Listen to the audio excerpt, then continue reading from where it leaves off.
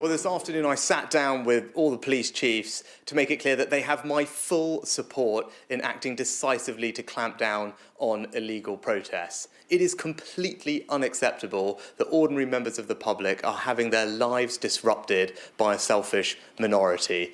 My view is that those who break the law should feel the full force of it, and that's what I'm determined to deliver. We are currently giving the police new powers so that they can clamp down on these illegal protests. They will have my full support in acting decisively and rapidly to end the misery and the disruption that's being caused to ordinary families up and down the country who are trying just to go about their day-to-day lives. And I've said to the police, but whatever they need from government, they will have in terms of new powers. We're already giving them some, and I want to back them to use them.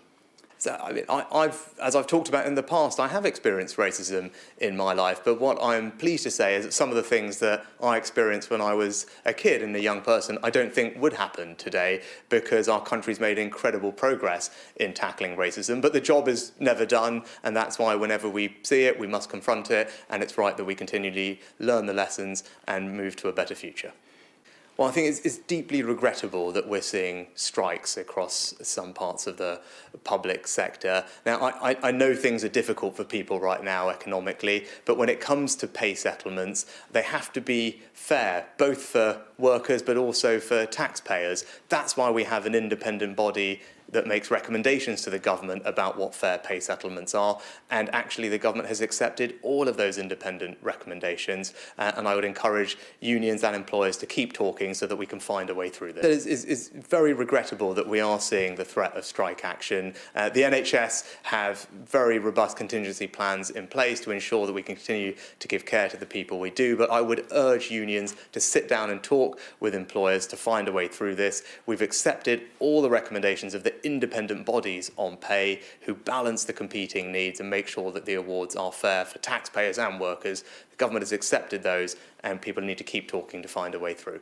I want to see ambulance waiting times come down, and that's why, in spite of the difficult decisions we've had to make, we've put more money into the NHS to help address the waiting times that people are experiencing. One of the ways we're going to do that is by moving people out of hospitals, back to their homes, back into the communities, and that's why we've invested in social care, because that money will help provide more capacity, and if we can free up those beds, that will stop some of the delays that we're seeing. And I'm actually going to sit down with the NHS relatively soon to make sure that the plans that we are putting in place are going to have a real impact as soon as possible. I care deeply about the NHS. I grew up in an NHS family, and that's why, in spite of the difficult decisions that we've had to make elsewhere, I prioritise the NHS with extra funding, most recently in the autumn statement. Now what I want to make sure is that extra funding that we're putting in is actually going to make a difference on the ground, improve the quality of care people get, make sure that they get that care as quickly as possible. We've put the money in, now we need to see the results, and that's what I'm going to focus on delivering.